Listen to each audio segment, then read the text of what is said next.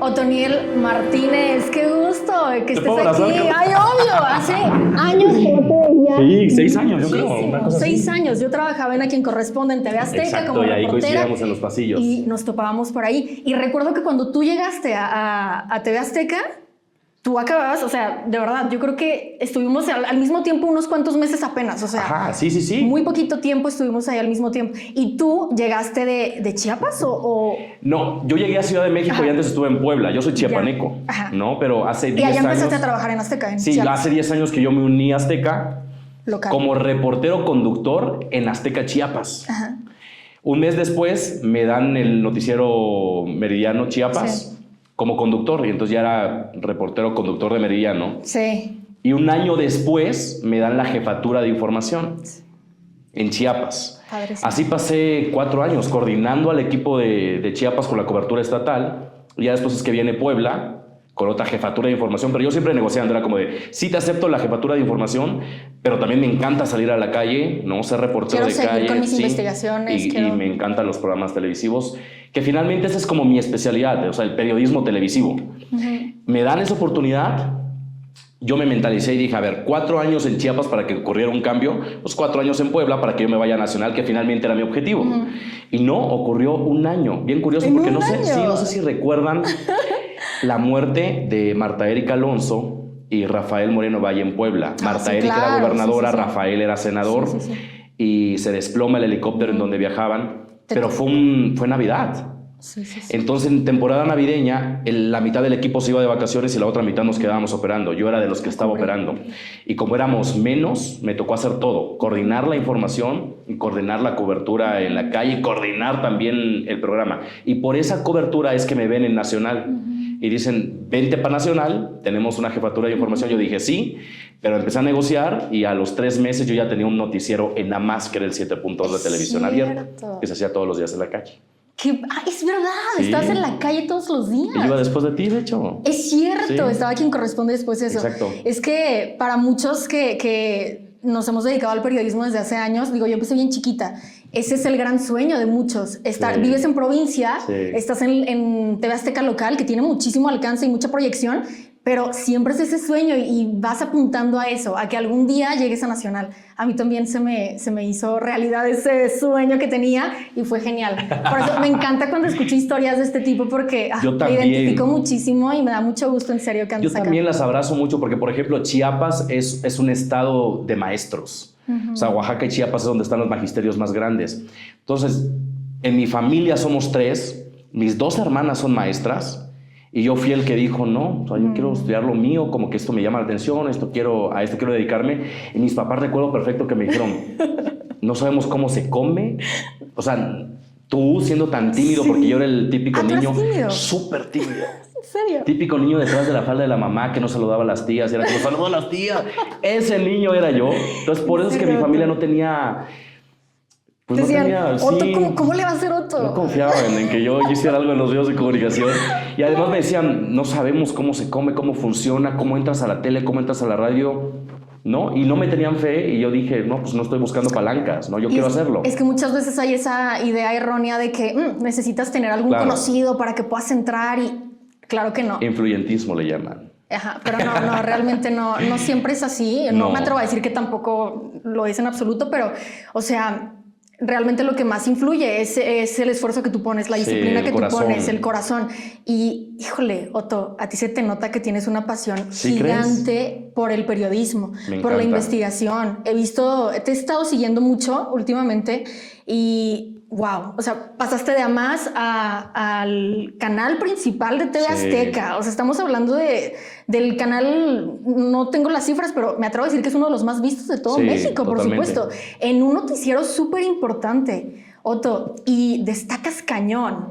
En serio, te lo digo como colega, te admiro mucho. Y ahora sí, vamos directo a lo que venimos a hablar aquí. Tú eres corresponsal de guerra. Sí. Vi Franja en Guerra, el documental que hiciste, me tocó el corazón.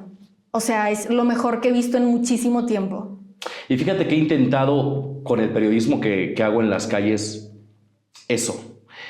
un periodismo humano. Porque no sé si tú viviste exactamente la misma experiencia que yo, que en la escuela te dicen, a ver, por ética profesional, el periodista, el reportero, tiene que separar el corazón siempre de la noticia, ¿no? Pero en la práctica tú descubres que no, porque estás contando historias de seres humanos que tienen corazón. Y tú siendo periodista no es como que te quitas el corazón y entonces con toda la frialdad del mundo vas a reportar lo que sucede, no. Y cuando tienes experiencias como ir a un desastre natural o como a una zona de guerra, el gran reto es retratar la vida en medio de la muerte. Ese es el gran reto. O sea, ¿cómo le cuentas sin el corazón al mundo entero que hay 30,000 muertos por un conflicto entre Israel y un grupo llamado Hamas? ¿Cómo se lo explicas? O sea, separando el corazón. ¿Cómo le muestras la realidad de un niño que hoy fue liberado de los escombros después de un bombardeo sin el corazón, cuando es un niño que lo están rescatando inconsciente y que está siendo llevado al hospital de los pocos que están todavía en Palestina para tratar de reanimarlo y salvarle la vida? O sea, ¿cómo le explicas eso? Claro. Y mira que en ese camino hay dos coberturas que periodísticamente te dicen tienes que vivirlas. Y es un desastre natural por huracán categoría 5, que es la máxima potencia que existe, y 2, una cobertura de guerra. Y curiosamente la vida me dio la oportunidad en el 2023 de hacer esas 2 coberturas, que en medio del ejercicio periodístico se vuelve tu aspiración y tu sueño. Estamos locos, la verdad es que estamos locos. Es lo que te iba a decir. Mucha gente por fuera percibe a los periodistas como, bueno, pero ¿cómo se le ocurre? ¿Cómo puede ser su sueño ir a una zona de guerra que está en peligro constantemente? Estamos hablando de Israel. Platícanos toda esta experiencia. Primero, ¿te postulaste tú? ¿Levantaste la mano? ¿Quiero ir a Israel a cubrirlo yo? Sí. ¿O cómo fue? O sea, también cómo es el proceso de mira, producción. lo tengo todo acá. A ver. Estalla la guerra el 7 de octubre del 2023, era sábado. Y yo recuerdo que estaba en la mañana en una reunión y de pronto ya sabes que los reporteros vivimos con todas las notificaciones habidas y por haber. Suena el teléfono, yo leo última hora, estalla guerra en Israel. En ese momento empiezo yo a leer todas las noticias y lo primero que le digo a mi esposa que la tenía al lado es, yo tengo que ir a Israel. Wow. Fue el sábado, le escribo a la productora, mi productora del programa, y le digo, tengo que ir. Me ignoró porque era fin de semana y me dijo, el lunes lo platicamos. Sábado 7, domingo 8, yo ya estaba planeando la cobertura en papel. O sea, yo ya tenía literalmente el iPad abierto. Empecé como a investigar, ya sabes, o sea, entender el conflicto, quién es Israel, quién es Hamas, geográficamente dónde está Israel, rodeado de todos Palestina, los enemigos, amigos. Ajá, exacto. claro. Históricamente, qué ha pasado. Incluso te vas a la Biblia, o sea. 3,000 años, 3,000 años de historia hay aquí. Y curiosamente, yo estuve en Israel por primera vez en el 2022. Ya habías tenido esa experiencia ya. Pero fui por turismo, o sea, a conocer. Hicimos un viaje ahí con mi esposa y conocí Israel. Y dije, qué bonito país, culturalmente diferente al nuestro, religiosamente, políticamente, socialmente, te impacta. Sí. Y curiosamente, ese viaje lo hice en noviembre. En julio del 2023, yo estaba regresando a Israel porque una agencia internacional, Fuente Latina, me invita a hacer una cobertura para contar la vida de Israel a los hispanohablantes. Y yo regresé. Pero, o sea, no había estallado la guerra. No había aviso de nada de lo que julio, iba a agosto, pasar. septiembre, octubre. 3 meses después estalla la guerra. Yo dije, dicen por ahí que reportero sin suerte no es reportero. Y creo que eso pasó. O sea, curiosamente yo había hecho 2 viajes a Israel para entender el contexto. Claro. Y entonces yo me sentí un poquito más preparado para irme a la guerra, ¿no? Ya estabas empapado de toda esa cultura y de cómo se vive, porque siempre ha estado presente ese conflicto. En el 2023 yo estaba como intentando tocar puertas para tomar un diplomado como corresponsal de guerra, porque los existen, o sea, cursos que literalmente te llevan y te dicen cómo atacar la noticia en una zona de guerra, pero nunca se me dio. Y de pronto yo llego el lunes 9, me siento a la producción y dije, tenemos que ir a Israel. O sea, no me importa qué tengan que hacer, pero mándenme a Israel, ¿no? Y todos, no, espérate, tranquilo, ¿cómo vas a ir? Está muy peligroso, hay que ver que se calmen las cosas, por lo menos esperar una tregua. Yo, no, tenemos que ir. Y ya sabes, la frustración del reportero de no me están mandando en donde... Y yo veía que se iba uno, se iba otro, Univisión, Telemundo, la BBC, la televisora francesa, bueno, hasta filipinos. Y yo decía, no, y de pronto ves que empiezan a irse los latinos y es como de... ¿A qué hora? Exacto, ¿a qué hora pasa? Ajá. Y en eso llega Otis a Acapulco. Y me mandan a Acapulco. Y para mí fue como, o sea, profesionalmente fue como un aliciente, porque finalmente era otra de las coberturas que yo quería hacer. Buscabas. Un desastre natural provocado por un huracán categoría 5. Y mira lo que son las cosas, porque incluso yo con ese contacto de la agencia internacional ya le había escrito y le dije, oye, ¿van a hacer cobertura de guerra? Y me dijo, no lo vamos a hacer. Yo dije, bueno, me voy a dedicar a Otis. Y me fui a Otis. 15 días a contar las historias, fue un reto enorme. Impresionante también todo lo que compartías. No había señal, no había luz. Y yo recuerdo que teníamos una Fly, que es una de estos carros con una antena satelital, y era la única forma de tener internet. Entonces, cuando nos íbamos a las montañas a levantar las historias, desconectados todo el día, después de 12 horas regresabas para trabajar el material y es cuando teníamos internet. Y en una de esas lucecitas de internet me llega un mensaje de Fuente Latina y me dice, vamos a hacer cobertura de guerra, ¿vas? Wow. Yo no había pedido permiso con nadie y le dije, voy. O sea, ¿De que voy? De que voy, ¿no? Claro. Voy. Me dijo, perfecto, te mando los documentos, tienes que firmar responsivas, o sea, casi como ¿Qué cuando... firmas? Como cuando te subes a un juego extremo que estás diciendo yo deslindo a la empresa de morir, eso o sea, estás asumiendo todo el riesgo que existe en ir a una zona de guerra con todo lo que implica. O sea, que sabes que te ponen un chaleco antibalas, un casco, pero que eso no te salva la vida de un misil. No, hablando de guerra, pues. Entonces lo que le firmas es eso, o sea, es como de estoy en mis 5 sentidos aceptando que voy a una zona de guerra y deslindando a la agencia de cualquier tipo de responsabilidad. Híjole. Sobre mí y sobre mi familia. Claro. O sea, literalmente estás vendiendo tu vida, ¿no? O sea, diciéndole al mundo entero estoy asumiendo el riesgo y ni yo ni mi familia podemos pelear por una indemnización en caso de perder un dedo, un brazo, una pierna o la vida entera. No habrá ningún reclamo. Eso es lo que firmas. Pero la verdad es que cuando estás en esto, creo que cuando te dicen no, para el periodista es un sí. Lo tengo que hacer. Y cuando tienes una carta de esas en las manos, yo sí me detuve un segundo, pero dije, sí tengo que hacerlo. O sea, ¿qué puede pasar? Y hay muchas respuestas. Exacto, es lo que te iba a decir. Muchísima gente podría responder eso. Y hay muchas respuestas. Y la firmé. La firmaste. La ¿Qué firmé te dijo tu esposa? Y le envié. Y después le conté a mi esposa. ¿En serio? No lo hagan, pueden haber problemas matrimoniales. ¿Cómo Afortunadamente mi esposa también es periodista, entonces entiende perfecto el asunto. La pasión. Sabe de mis sueños, de lo que yo siempre he querido hacer. Y entonces lo que yo le dije fue, me invitaron a una cobertura de guerra y acepté. Y fue como de, wow, ¿cuándo te vas? Y cuéntame, ¿no? Ya sabes, ¿no? Matrimonio de locos, pues. No, matrimonio de locos, o sea. Pero qué padrísimo. En un mundo ideal, yo creo que la esposa es como la que te debe de tener, no, espérate, ¿no? No, muchas esposas estarían temblando de miedo. Sí, claro. Pero qué padre que tuviste ese apoyo. Y me dijo, ¿cuándo te vas? ¿Qué necesitas? Hay que planearlo, hay que hacer esto, hay que hacer el otro, bla, bla, bla, bla, bla, bla, bla, bla.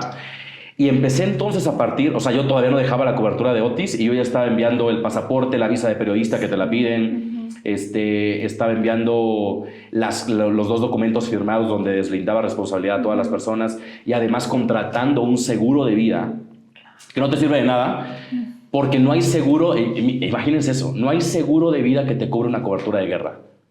No hay.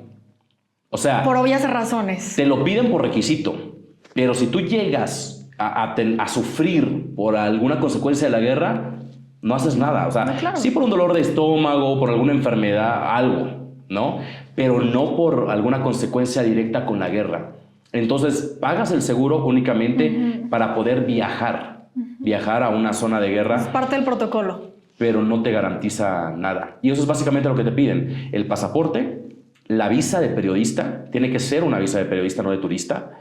Tienes que dar una credencial de prensa internacional, que no la traje, pero sería bueno que la vieran también, que acredita que eres periodista, que estás afiliado a un medio informativo internacional, y después firmas esas 2 cartas donde deslindas responsabilidad, el seguro y la bendición de Dios.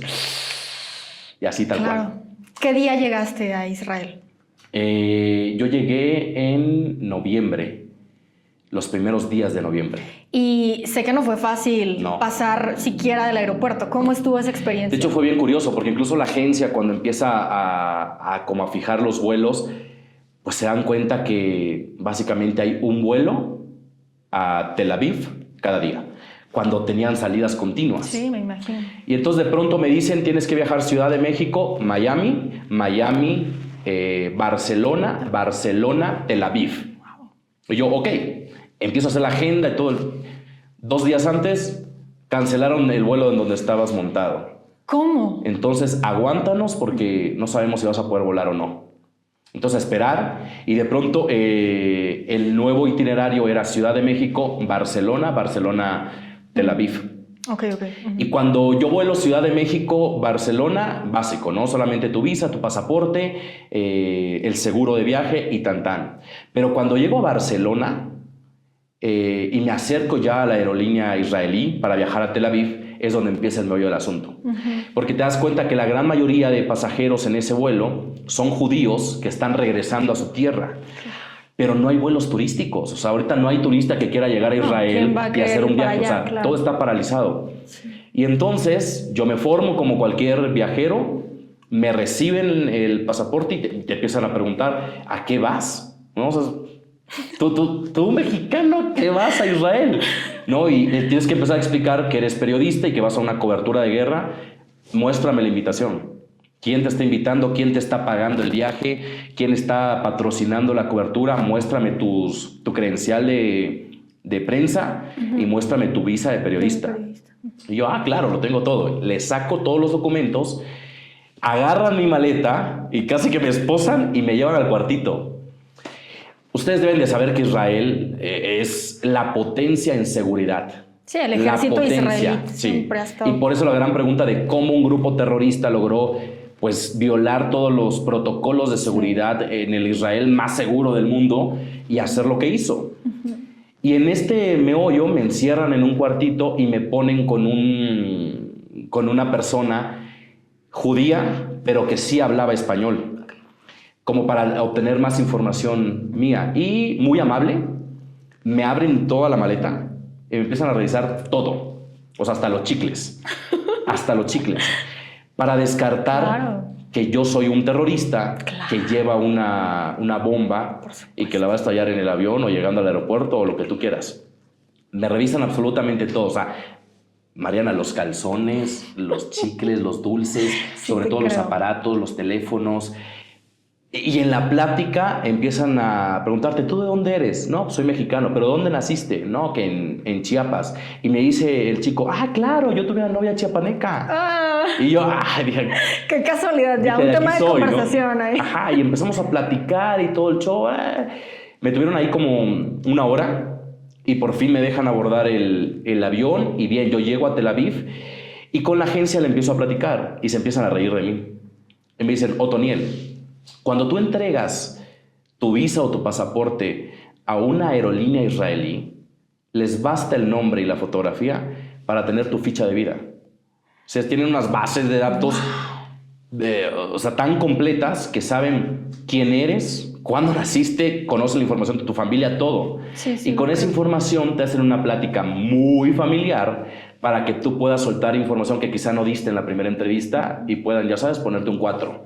Claro. Yo en shock, porque sin saber, evidentemente yo dije toda la verdad porque iba a una cobertura de guerra, pero alguien que no, esos son como los trucos para poder detenerlo, no permitirle que vuele e investigarlo. Prohibirle la entrada, por supuesto. E investigarlo. Entonces son estas diferencias que empiezas a notar en tiempos de guerra, ¿no? En tiempos de guerra. Y yo llego a Tel Aviv y empiezo a ver rostros, absolutamente todo. Y miren que les traje esto para mostrarles un poco. A ver, cuéntanos sobre ella. Esta es la portada de un periódico, obviamente en hebreo, del día que yo llego a Tel Aviv. Y esta pequeñita es una de las que estaba como rehén en manos de Hamas. Y que en el periodo de tregua, la negociación era primero liberar a niños, a mujeres, a adultos mayores, pero no a los hombres. Esta niña fue secuestrada con su papá y ella logra ser liberada, esa era la gran noticia, pero su papá no. Entonces lo que yo empiezo a ver en Tel Aviv era pues básicamente galería de fotos de todos los rehenes, más de 200 en manos de Hamas que habían llegado los terroristas y se los llevaron. Y por todas partes esta placa que en hebreo y en inglés lo que exigen es la liberación de los rehenes. Y esas son como, tú sabes que como periodista se te abren los ojos, los oídos, todos los sentidos se te sensibilizan mucho y estás absolutamente volteando a ver todo. Y empiezo yo a notar estas diferencias en tiempos de guerra, que aquellas 2 veces que yo había viajado como turista a disfrutar a Israel. Y cuando yo llego al hotel, me entregan la llave para la habitación, que aparte era un hotel donde estaban hospedados todos los reporteros que te puedas imaginar de todo el mundo. O sea, tú veías en los pasillos a franceses, a filipinos, a chinos, a norteamericanos, ¿no? Y entre todo lo que te daban, bueno, que te dan ahora en tiempos de guerra, es una carta del hotel donde te explican en dónde está el búnker más cercano a tu habitación. Porque en tiempos de guerra, bueno, y en un país en guerra como Israel, las sirenas no son sísmicas como en México. Las sirenas son de bombardeos. Entonces, cuando se activa la sirena, tienes 15 segundos para correr al búnker más cercano que tengas. Y todas las construcciones, por ley en Israel, tienen un búnker que está en el sótano. Pero edificios como un hotel, por ejemplo, que tiene más de 10 pisos, hay habitaciones que también son acondicionadas como búnkers, que son materiales mucho más resistentes en paredes, en ventanas selladas, en puertas selladas, meterte y protegerte de un misil. Sobre eso, digo, algo que me llamó mucho la atención de Franja en Guerra, tu documental, fue eso, cuando hablas de las puertas están diseñadas no para que no entren terroristas, lo mencionaste ahí. Entonces, a pesar de que estaban en el búnker, muchísima gente que estaba dentro del búnker fue víctima. Claro, porque es una puerta, sí, muy gruesa, pesada, de acero y de concreto. Que te protege de bombas o de misiles. Que te protege de un misil aéreo, o sea, un misil que viene arriba y que quizá destruya tu casa, pero no el búnker, ¿no? Porque está reforzado. Pero la puerta la puedes abrir por dentro y por fuera. Entonces los terroristas entraron, abrieron las puertas y mataron a ¿Qué mucha sentías gente. al saber eso? Estabas en un territorio completamente en peligro y sabías que a pesar de que había un búnker, ya sabes dónde está el búnker, ya sabes qué vas a hacer en caso de que se escuchen misiles, pero ¿qué sentías al saber que a pesar de estar dentro del búnker, estabas en peligro? Podía llegar un terrorista. Creo que se te activan todos los sentidos de alerta. O sea, tu cuerpo se pone, ya sabes, como en no duermes bien. O sea, no puedes dormir tranquilo. ¿Cuántos días estuviste allá? Yo estuve 10 días aproximadamente. 10 días. ¿Descansaste? No. ¿Lo disfrutaste? No, porque primero hay 9 horas de diferencia entre México e Israel, ¿no? Para empezar. Entonces yo llegué en la madrugada, llegué como 4 de la mañana a Tel Aviv y a las 9 de la mañana yo tenía el primer llamado para hacer el primer recorrido, ¿no? por Israel. Y entonces de entrada llegas con 9 horas de diferencia, no puedes dormir, porque además lo primero que yo hice es a ver cómo suena la sirena, ¿no? En Israel, porque tengo perfectamente grabada la sirena de sismo en Ciudad de México, pero no una de bomba en Israel. Entonces lo primero que hice fue agarrar el YouTube y así, tal cual, ¿no? Sirena en Israel, ¿no? Claro. Para familiarizarme con el sonido. Y cualquier ruidito yo despertaba. Y yo literalmente tenía absolutamente todo lo que yo me iba a poner en caso de que la sirena se activara y que yo corriera a un búnker. Pero además de cualquier persona que alista la ropa, los zapatos, los documentos, pues tú sabes, en coberturas, el micrófono, pero el teléfono, pero la cámara, pero todo. O sea, entonces tenía todo perfectamente ordenado para que en caso de correr, pues literal, jalas y corres. No descansaste ni física ni mentalmente en todos esos días. Estuviste en alerta todo el tiempo. Y fue bien complicado porque yo venía de una cobertura de desastre natural categoría 5 en Otis, donde en mis mejores días comí una lata de atún. Y después me ligo a la cobertura de guerra, donde en mis mejores días hice una comida por los tiempos. Entonces yo bajé mucho de peso. ¿Qué comías en Israel? En Israel comías bien, o sea, comías cordero, pita, ¿no? Hummus, que por todas partes lo encuentras, pero era una comida. Y de pronto era como pasas a la tiendita y te compras unas barritas y mucha agua, ¿no? Mucha agua. pero era lo que podías. O sea, porque de pronto tenías que hacer un recorrido al sur para visitar los kibutzim, pero de pronto tenías que irte al norte para ver la frontera con el Líbano y entender qué está pasando con el otro grupo terrorista, Hezbollah, y de pronto tenías que ir a Jerusalén y de pronto recorrer Tel Aviv, que son ahora ciudades de refugio, donde todos los desplazados están viviendo en hoteles. Entonces, en esos trayectos, manejar tu diferencia horaria con México, y cuando allá estábamos trabajando, aquí estaban durmiendo. Y entonces cuando aquí estaban despiertos y estaban los programas al aire, allá ya era de noche o de madrugada y yo tenía que seguir despierto para estar mandando material, haciendo enlaces.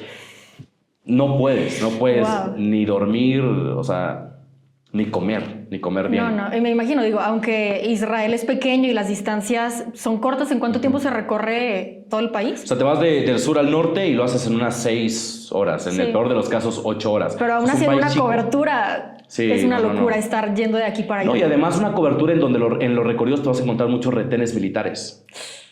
¿Qué te decían los retenes? ¿Cómo se portaban contigo? Pues te preguntan, ¿no? Lo mismo, ¿quién eres y a qué vas? O sea, ¿por qué quieres ir al sur cuando en el sur no hay nadie?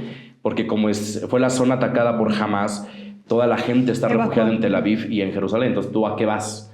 Entonces tienes que hacer recorridos con el ejército, que es tu llave para entrar a todas partes. Y afortunadamente el ejército sí nos acompañó. Y era como podías, ¿no?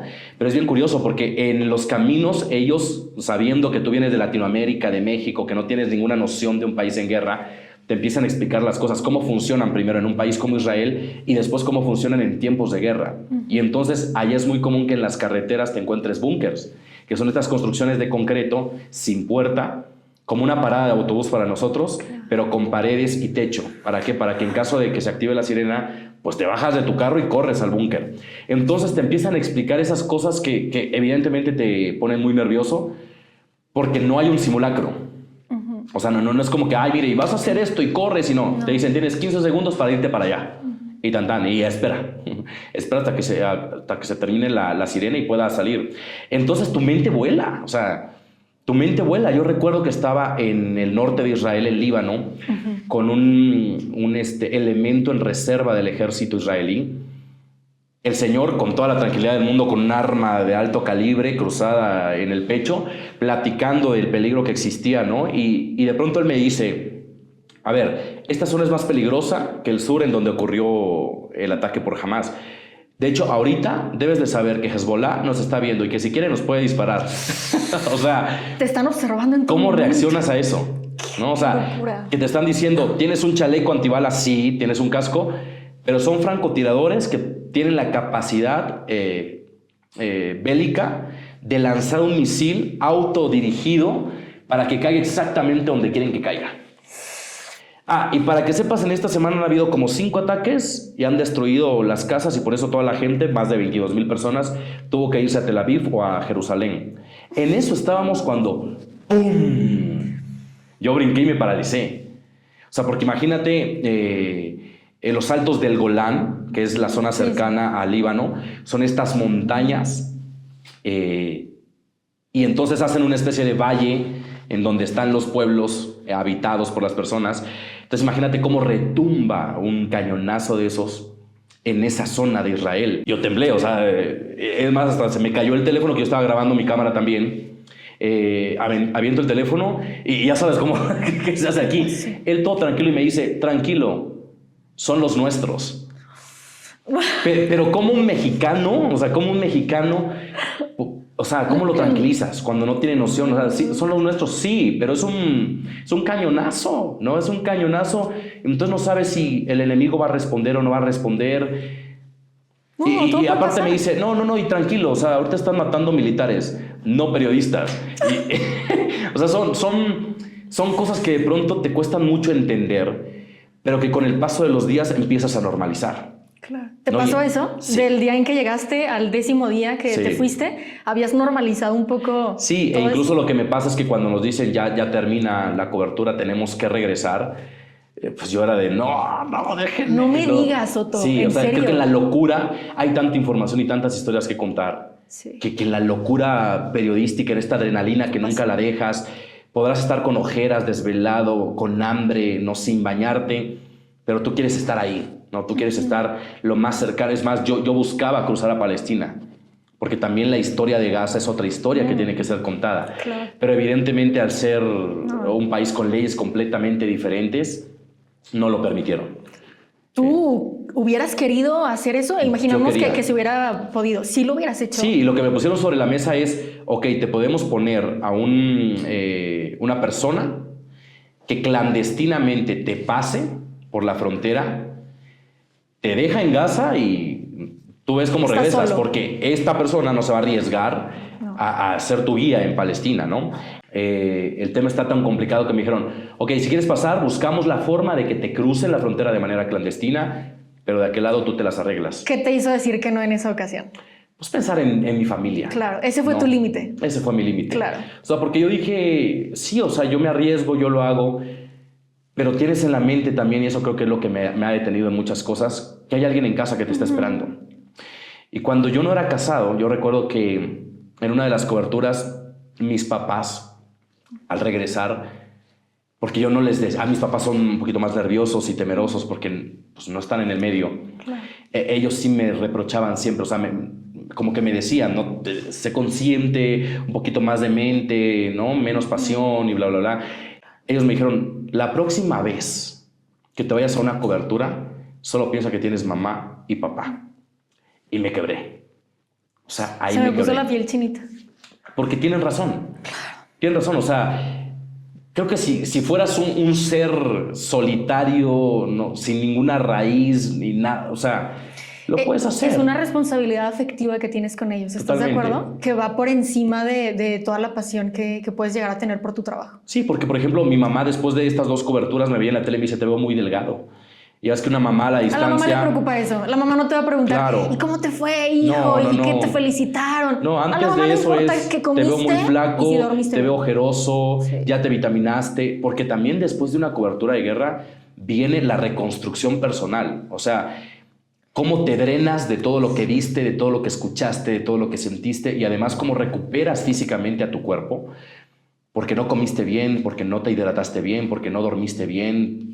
¿Por qué no estuviste en tu casa? Así de sencillo. Claro, Otto, es que se me hace increíble, te lo juro, porque digo, yo tuve la experiencia alguna vez de platicar con gente que tenía historias muy fuertes de enfermedades. Es lo que a mí más me dolía. Recuerda que cuando me contaban historias recuerdo una señora, por ejemplo, que tenía VIH, pero no estaba enterada ni siquiera de que era VIH, y cuando nos muestra sus documentos nos damos cuenta de eso, pero estaba abandonada por sus hijos y la iban a desalojar.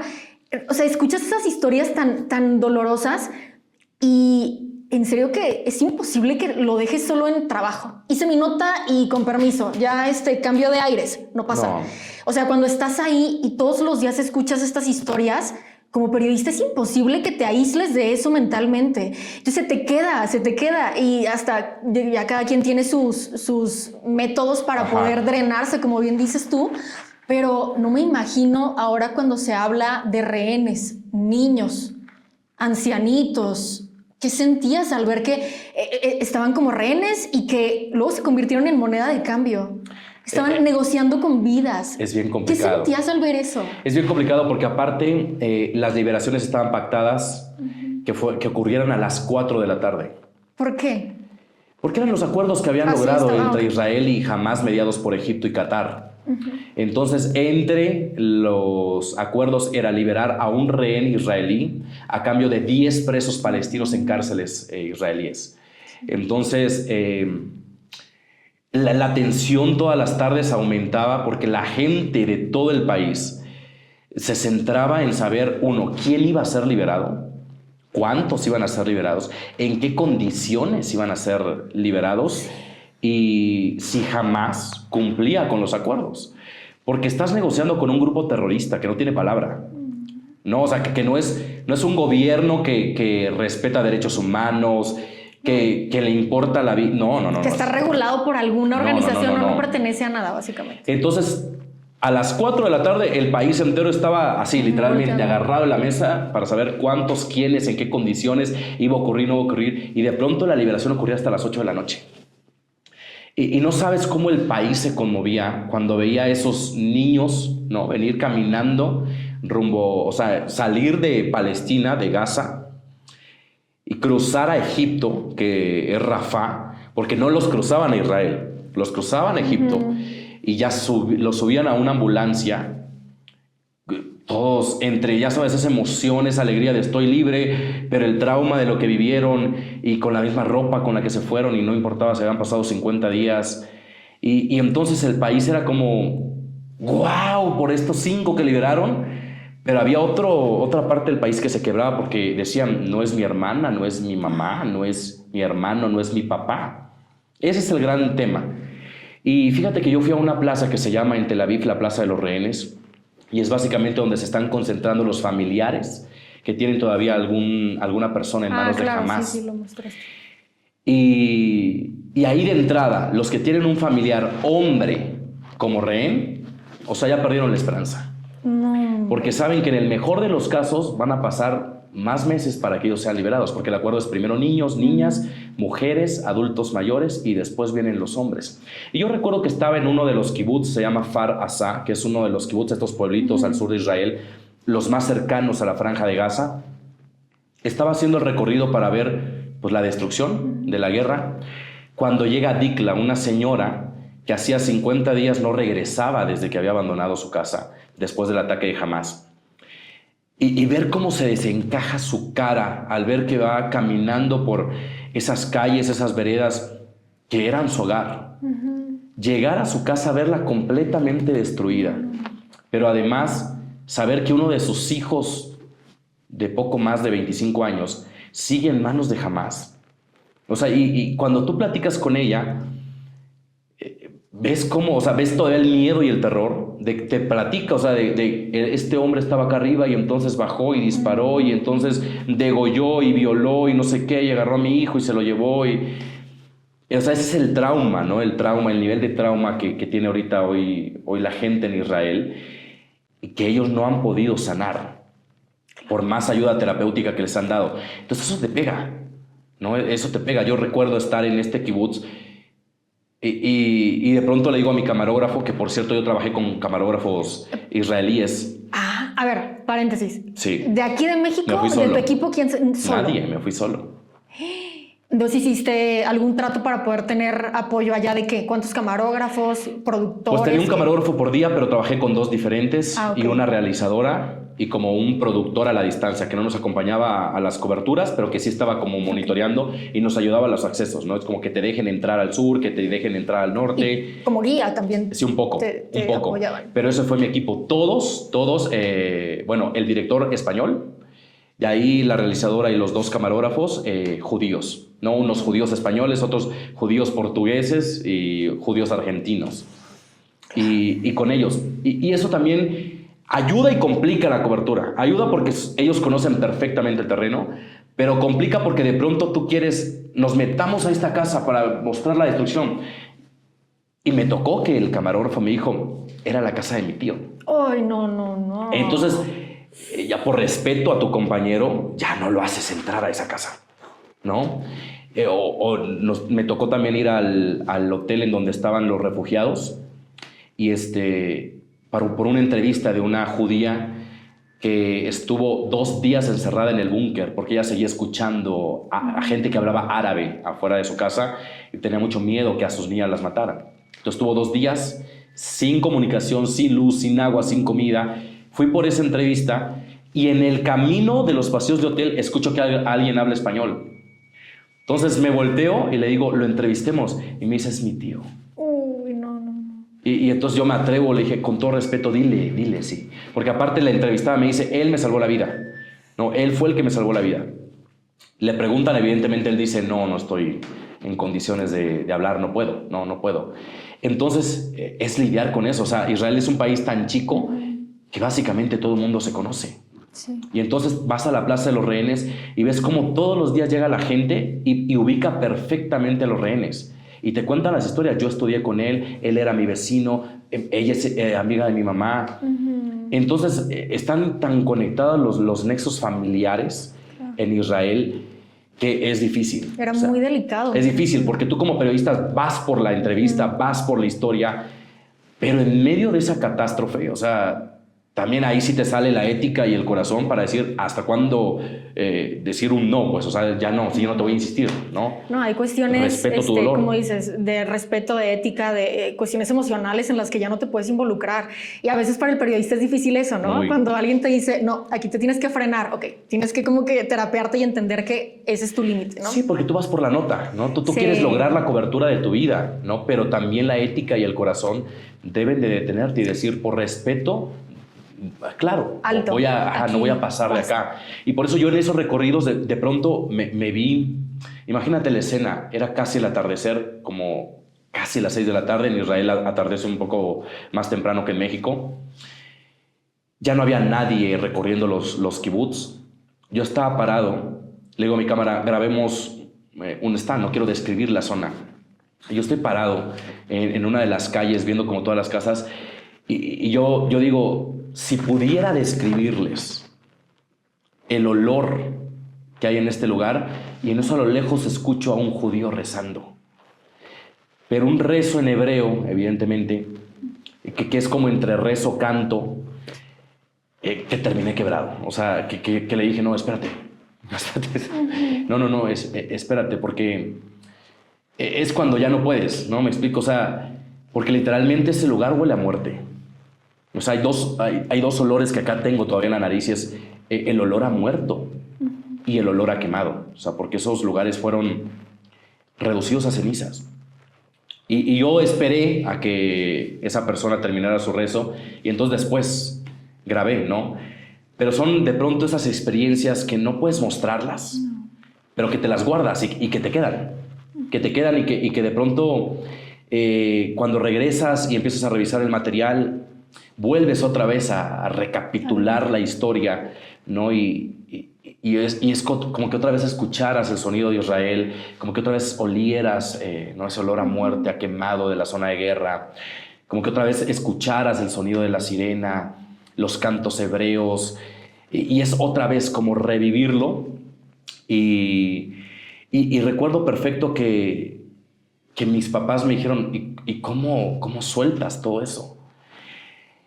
Y yo el año pasado, platicando con un psiquiatra, me dijo, debes de tomar terapia profesional, o sea, debes hacerlo.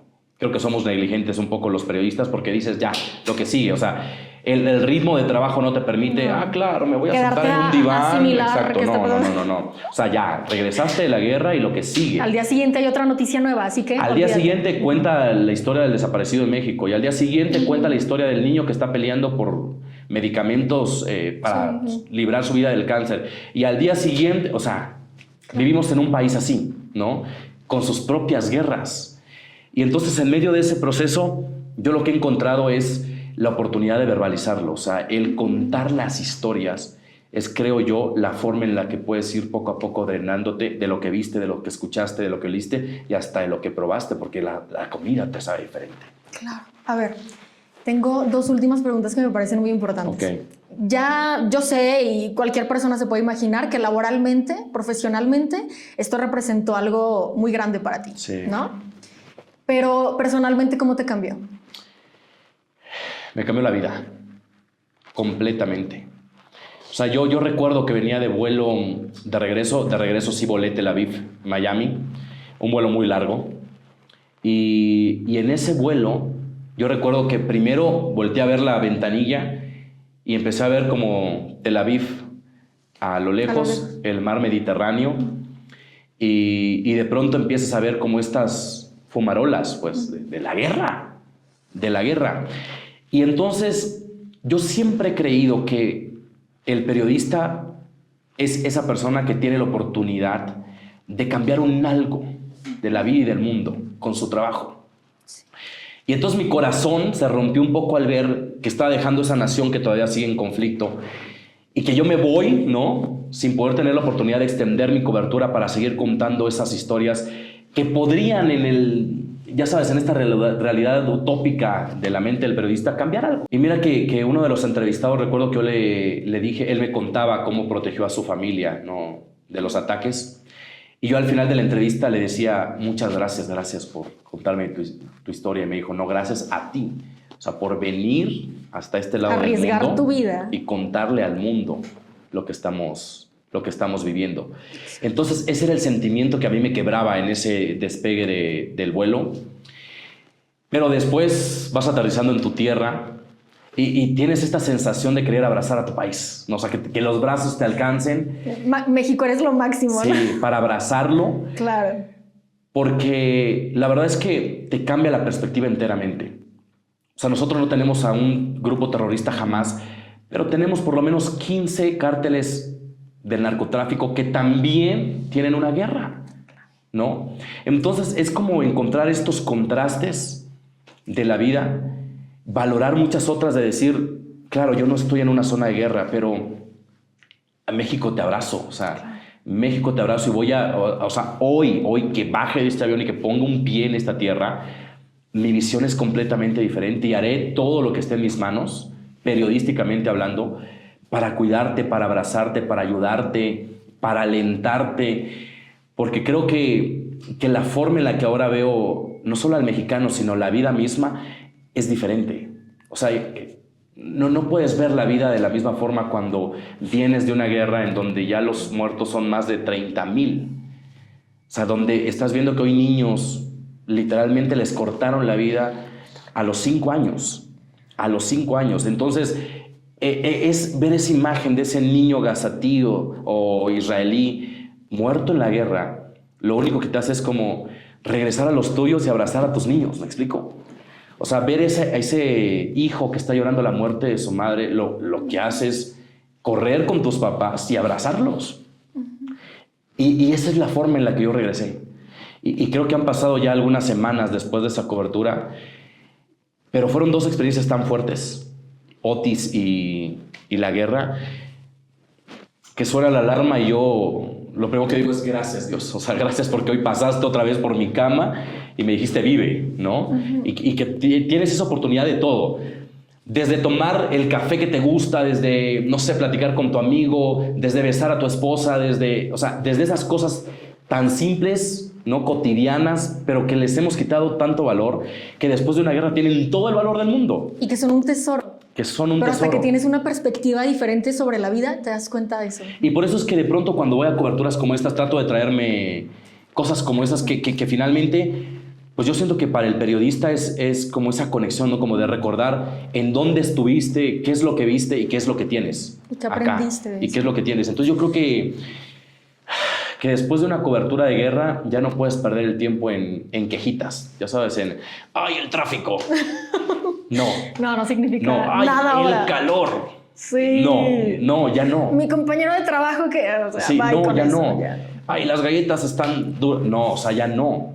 Las tortillas están frías. No, ya no puedes perder tiempo en esas quejas que se vuelven tan insignificantes cuando sabes que hay vidas que están luchando por sobrevivir del otro lado del mundo.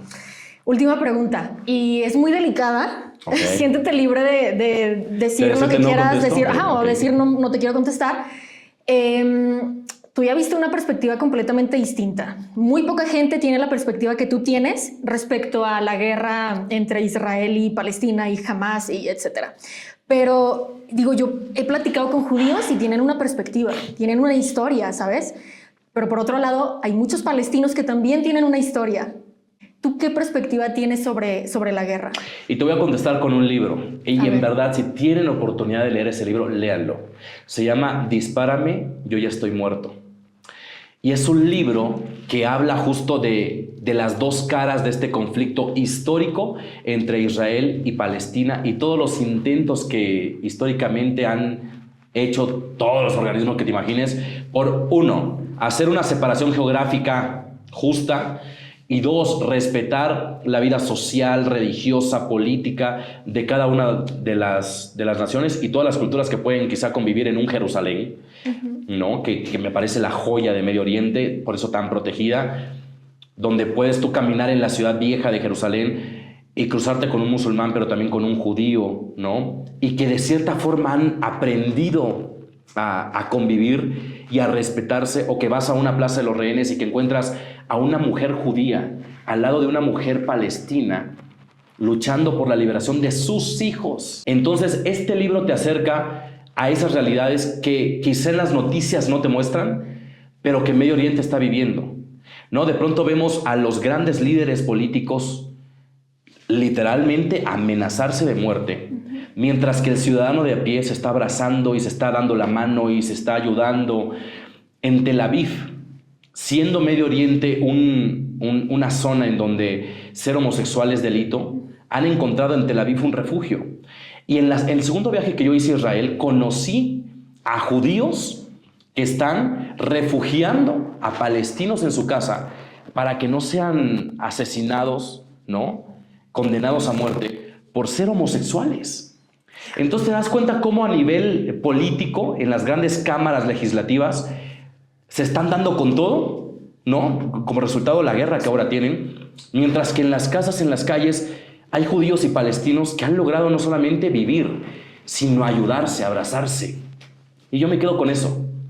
Me quedo con eso, ¿no? Más allá de una opinión separatista, ¿no? Opositora entre uno y otro, de decir, claro, voy a aportar esta placa porque esta placa está exigiendo la liberación de los israelíes. O voy a levantar mi pancarta y voy a unirme a la campaña Free Palestine. No.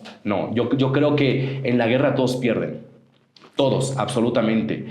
Tanto pierde el israelí, ¿no? Que en teoría tiene hoy menos muertos, y claro que pierde Palestina, ¿no? Claro que pierde Palestina. Pero después de la guerra yo tuve la oportunidad de entrevistar al embajador palestino en México, y el simple hecho de sentarse al lado mío fue la oportunidad de darme cuenta que a ese nivel político lo que está reinando es el odio, ¿no? Y que me atacó a mí sin ser judío, ¿me explico? Y que entonces esta ambición de poder, de territorio, de control, está dejando a un lado el verdadero amor a la vida, ¿no? Que me parece que debería ser el fundamento en conflictos como estos, porque por eso están haciendo lo que están haciendo, porque le han restado valor a la vida y están sobreponiendo pues otros intereses a otro nivel político. Lean el libro, Dispárame, yo ya estoy muerto. Lo voy a leer, créeme que lo voy a leer.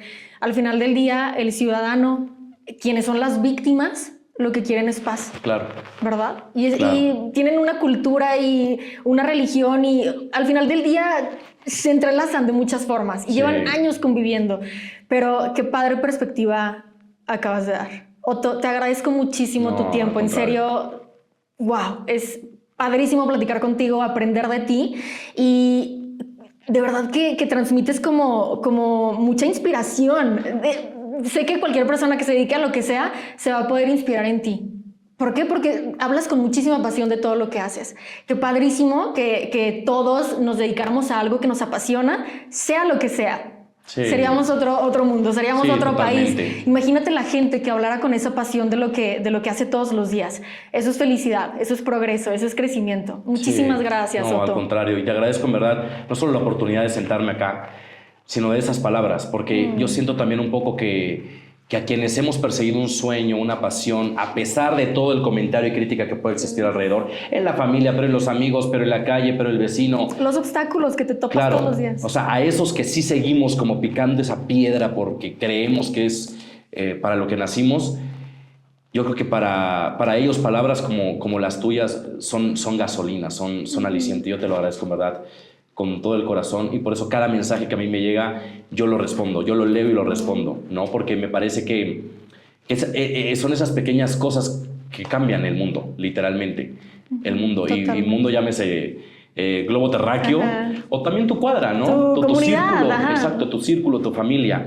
Entonces, si de algo sirve, yo creo que le apostemos a eso, a la vida, al amor y a la pasión por las cosas. Así de sencillo. Muchas gracias. A ti, mil gracias, Otto. Que no sea la última vez, ¿eh? Conste. Eso. Ya veremos de qué hablamos luego. Nos lo inventamos. Nos pondremos a pensar.